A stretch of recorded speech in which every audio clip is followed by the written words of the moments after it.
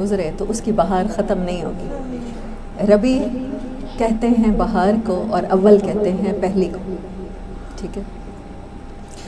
آپ سب جانتے ہیں اگر آپ نے بہت بڑے ذمہ دار نہیں بھی ہیں, بہت بڑے کسان نہیں بھی ہیں, تو گھروں میں پلانٹس لگاتے ہیں.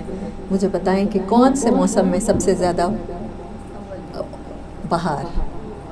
سردیاں جب جا رہی ہوتی ہیں, فیب کا اینڈ یا بعض دفعہ جنوری کے اینڈ میں ملتان میں کیونکہ سردی کم پڑتی ہے, تو اس موسم میں گروئنگ سیزن ہے, پلانٹس لگائے جاتے ہیں تاکہ وہ پھلیں پھولیں.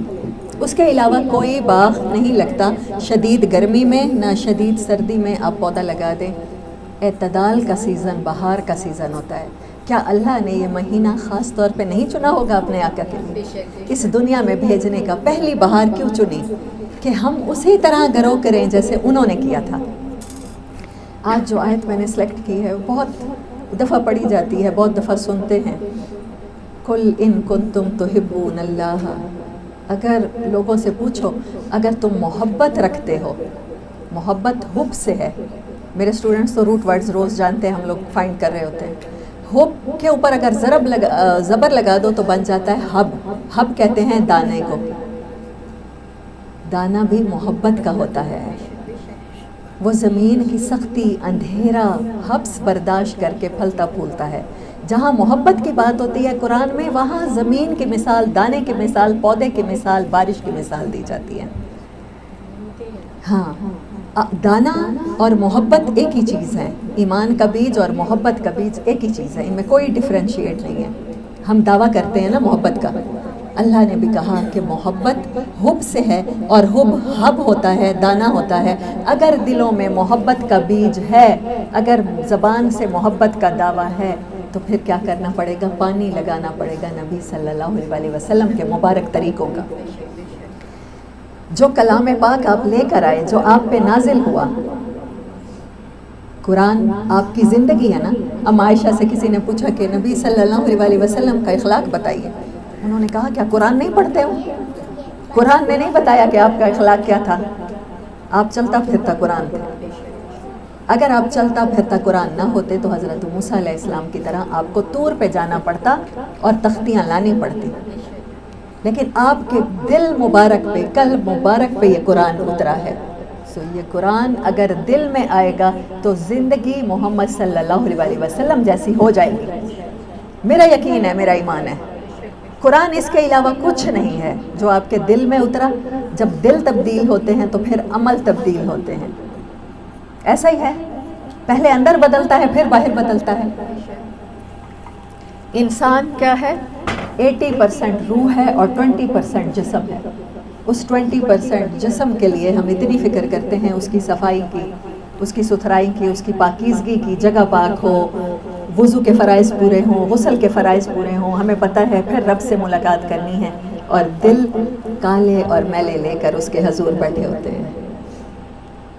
جب پہلی بہار میں نبی صلی اللہ علیہ وسلم کو بھیجا گیا اور کہا گیا کہ تمہارا ایمان مکمل نہیں ہو سکتا جب تک تم, حضرت عمر رضی اللہ تعالیٰ عنہ نے کہا آپ مجھے نبی صلی اللہ علیہ وسلم ساری دنیا میں میرے ماں باپ اولاد سب سے زیادہ پیارے ہیں. پوچھا عمر تمہاری اپنی جان سے؟ کہا اپنی جان سے کم.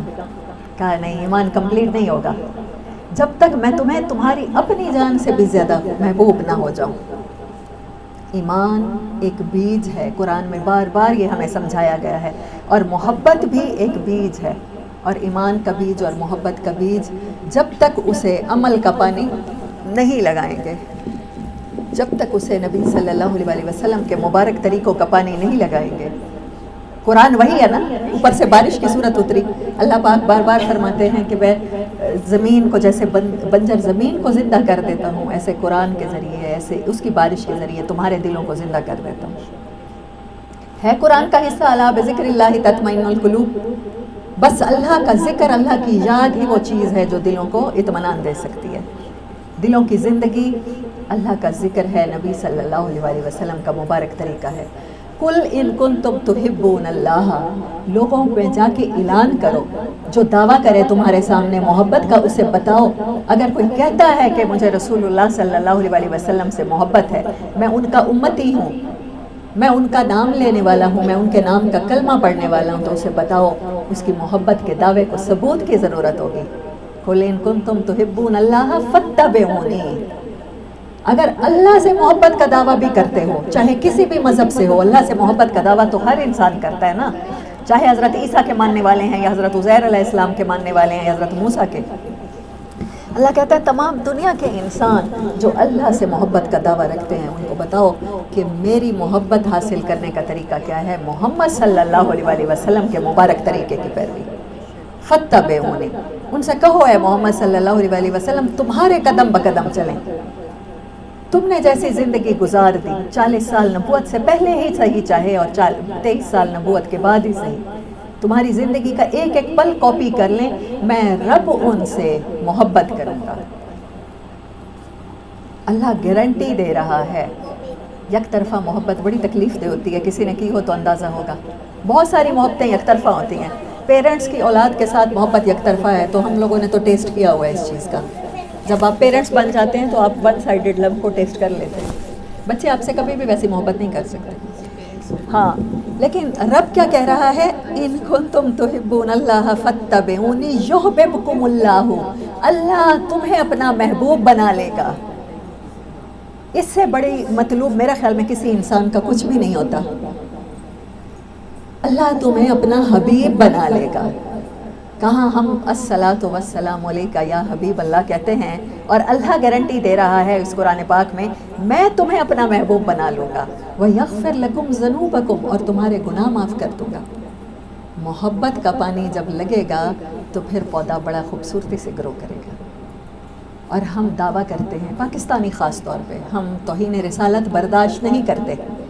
کوئی ہمارے نبی صلی اللہ علیہ وآلہ وسلم کا مذاق اڑائے تو ہم اس کے لیے جان دینے کو تیار ہیں، لیکن اسی پروفٹ صلی اللہ علیہ وآلہ وسلم کی محبت ایسی تھی، بیٹیوں کے ساتھ ایسی تھی، فرمایا کہ جس کے گھر میں 2 بیٹیاں ہوں 3 بیٹیاں ہوں اور ان میں فرق نہ کرے بیٹے اور بیٹی میں، اور اس کی پرورش کرے اور اس کی شادی کرے اور اس کی تربیت کرے، اور جب اس کو بیاہ دے تو اس کے بعد بھی اسے لاوارث نہ چھوڑے، تو وہ اور میں جنت میں ایسے ساتھ ہوں گے۔ میں محمد صلی اللہ علیہ وآلہ وسلم اور وہ جنت میں ایسے ساتھ ہوں گے جیسے یہ 2 انگلیاں پاس پاس ہیں۔ اس کے باوجود ہمارے گھروں میں جب بیٹی پیدا ہوتی ہے تو کیا کہا جاتا ہے، بیٹیوں سے ڈر نہیں لگتا، ان کے نصیبوں سے لگتا ہے، اللہ نصیب اچھے کرے۔ بہت اچھے لوگ ایسے بول دیتے ہیں، اس سے ذرا کم اچھے لوگ۔ ابھی کچھ دن ہوئے، ابھی میری بہن کا جو آپریٹ ہوا ہے، بیٹی پیدا ہوئی ہے، تو اس کی ڈاکٹر بتا رہی تھی، شی ٹیل می وربلی، ابھی میری ایک پیشنٹ کو ڈیورس ہوئی ہے، اس کی 2 بیٹیاں تھیں، تیسری بیٹی پیدا ہونے پر۔ آپ مجھے بتائیں محبت کا دعویٰ ہے اور آپ کے طریقوں سے اتنی نفرت ہے، تو پھر توہین رسالت اس کے سوا اور کیا ہے؟ کون سا یہودی یہ توہین کر سکتا ہے، کون سا عیسائی یہ توہین کر سکتا ہے؟ وہ تو زیادہ سے زیادہ کارٹون بنا سکتے ہیں۔ آپ نے تو اپنے نبی کی زندگی سے اتنی نفرت کی کہ اس کی بنیاد پر گھر ہی توڑ دیتے ہیں۔